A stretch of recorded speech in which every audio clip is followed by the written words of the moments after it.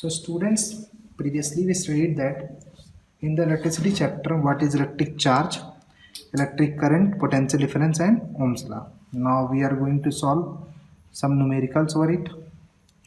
So the first numerical is over charge, that how many number of electrons constitutes 1 coulomb of charge.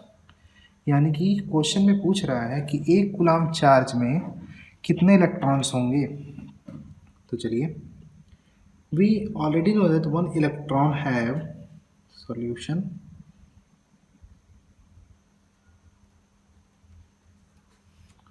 One electron have 1.6 into 10 to power minus 19 coulomb charge. So easily we can write that 1.6 into 10 to power minus 19 into 1 coulomb. 1 coulomb. Coulomb is the unit. We can separate 1 coulomb from it for the transfer. Now we will transfer 1.6 into 10 to the power minus 19 coulomb to the other side. It will divide on the other side. Then 1 coulomb is equal to 1 electron divided by 1.6 into 10 to the power minus 19.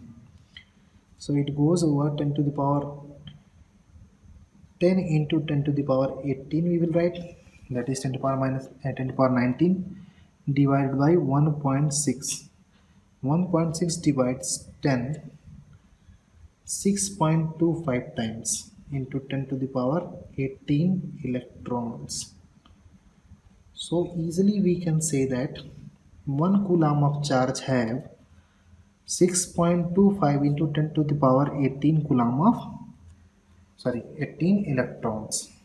Easily 1 electron constitutes this amount of charge. 1 coulomb को हमने unit की तरह separate करके बस transfer करके हमने calculate कर लिया कि एक कूलम्ब में कितने इलेक्ट्रॉन होते हैं. एक कूलम्ब में 6.25 into 10 to the power 18 electrons होते हैं, जबकि एक इलेक्ट्रॉन के ऊपर 1.6 into 10 to the power minus 19 coulomb charge होता है, और ये यूनिवर्सल है. अब देखिए क्या है दूसरा. ये तो सिंपल था, चार्ज निकालना. एनसीईआरटी में दिया हुआ है कि एक कूलम्ब के ऊपर कितना इलेक्ट्रॉन्स होते हैं, कैलकुलेट कीजिए. Now we are going to find charge, amount of charge. हमने पिछले वीडियोस में डिफाइन किया that amount of charge is defined as quantization of charge, that how much charge does a body constitutes. अब body constitutes 6000 electrons, यानी एक body के ऊपर 6000 electron हैं. Calculate the amount of charge on the body. जब भी amount की बात की जाएगी तो हम किसको निकालेंगे? क्वांटाइजेशन को.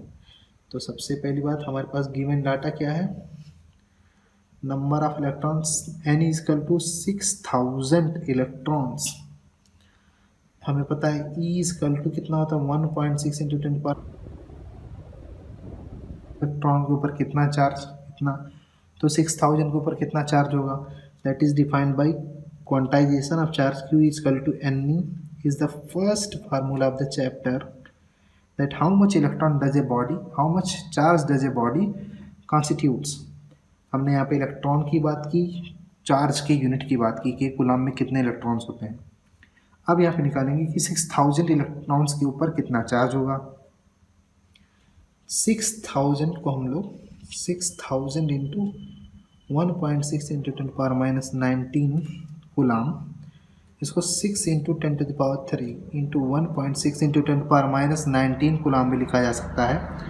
That is equal to 9.6 into 10 to the power minus 16 coulomb.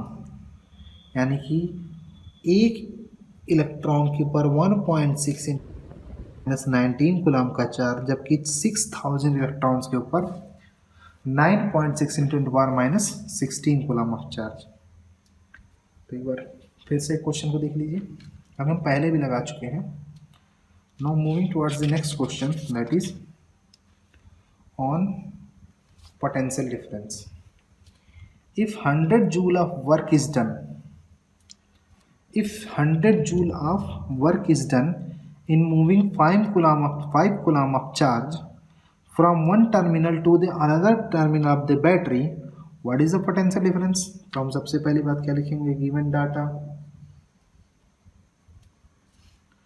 ये डाटा हमारे पास क्या है, वर्क डन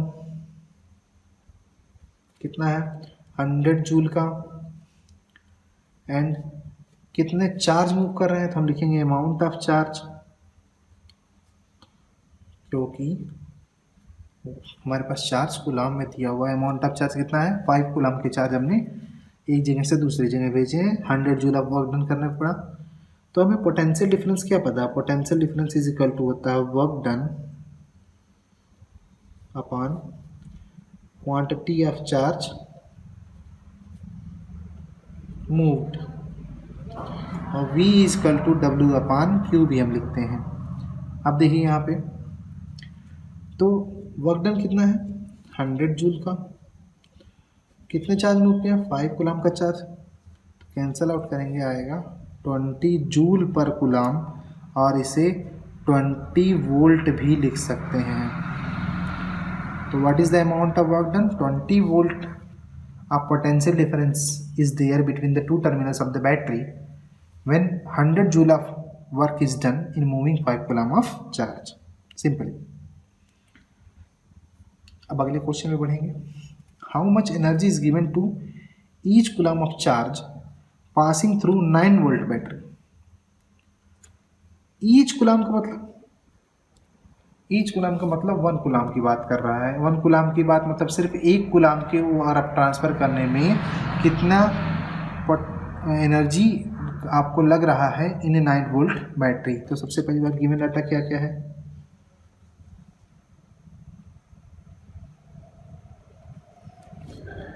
गिवन डाटा है amount of charge is equal to 1 coulomb, और पोटेंशियल डिफरेंस दिया हुआ है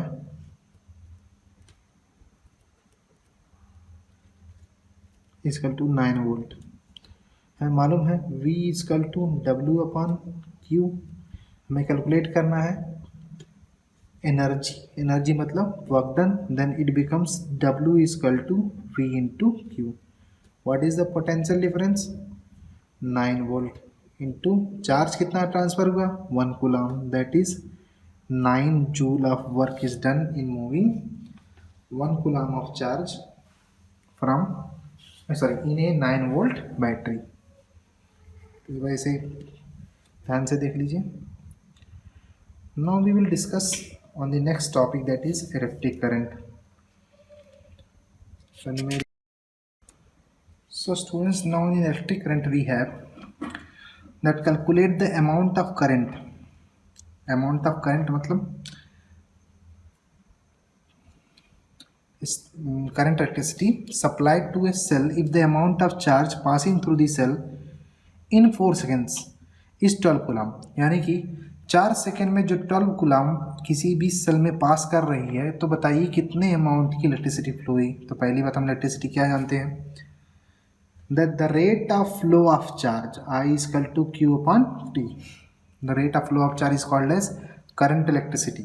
इसकी यूनिट क्या होती है ampere.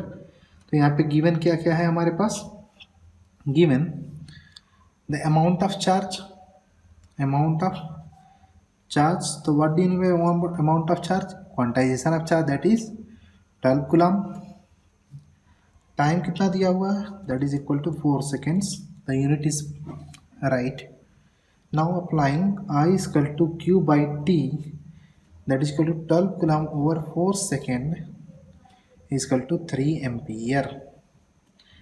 3 ampere of current is supplied in a cell।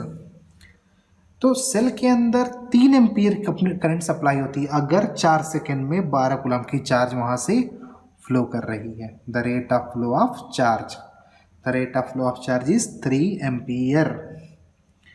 now the next question is how many electrons pass through a lamp in 1 minute। 1 minute में, यानी टाइम दिया हुआ 60 seconds, if the amount of current is 220 milliampere how many electrons। यहाँ पे हमसे electrons पूछा, यानी कि the basic property, the basic unit of the this chapter from which we calculate charge is electron. तो वो बेसिक चीज़ क्या है इलेक्ट्रॉन, हमें उससे कैलकुलेट करनी है. वो कहाँ से आती है, क्वांटाइजेशन ऑफ चार्ज से. अब देखिए क्या है, हाउ मेनी इलेक्ट्रॉन्स, कितने इलेक्ट्रॉन्स, यानी नंबर ऑफ इलेक्ट्रॉन पूछ रहा है. पास थ्रू ए लैम्प, एक लैम्प में पास थ्रू कर, मतलब पास करता है 1 मिनट में.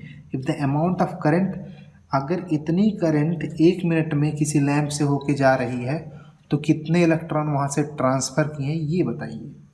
बहुत ही अच्छा क्वेश्चन. गिवन हम देखेंगे क्या क्या. सबसे पहले गिवन दैट ही लिखिएगा, I is equal to 220 milliampere. We can also write that 220 into 10 to the power minus 3 ampere. Milli क्या यूनिट, मिली का वैल्यू होता है 10 to the power minus 3. Now we have to find out, और क्या दिया हुआ है, टाइम दिया हुआ है. Time is equal to 60 seconds. 1 minute का कितना second, 60 second. From the current formula we know that I is equal to Q by T. So we have to find out, क्या हमें फाइंड आउट क्या करना है, हमें फाइंड करना N is equal to number of electron, और वो कहाँ होता है, Q is equal to Ne के अंदर. हम पुट कर देंगे value, Ne over T is equal to I. Now N is equal to I into T over E. Now putting the values, I की वैल्यू कितनी है, 220 into 10 to the power minus 3 into T कितना है 60, E कितना 1.6 into 10 to the power minus 19 coulomb. Now after calculating we find out that 7.92 into 19 electrons will be passed in 1 minute of a 220 milliampere supply through the lamp. कितना पास होगा, 7.92 into 10 to the power 19 electrons will be passed in 1 minute. So that is for today. In the next lecture we will study resistance once again, the basic properties of resistance, what is resistivity, and the numericals over it. Thank you.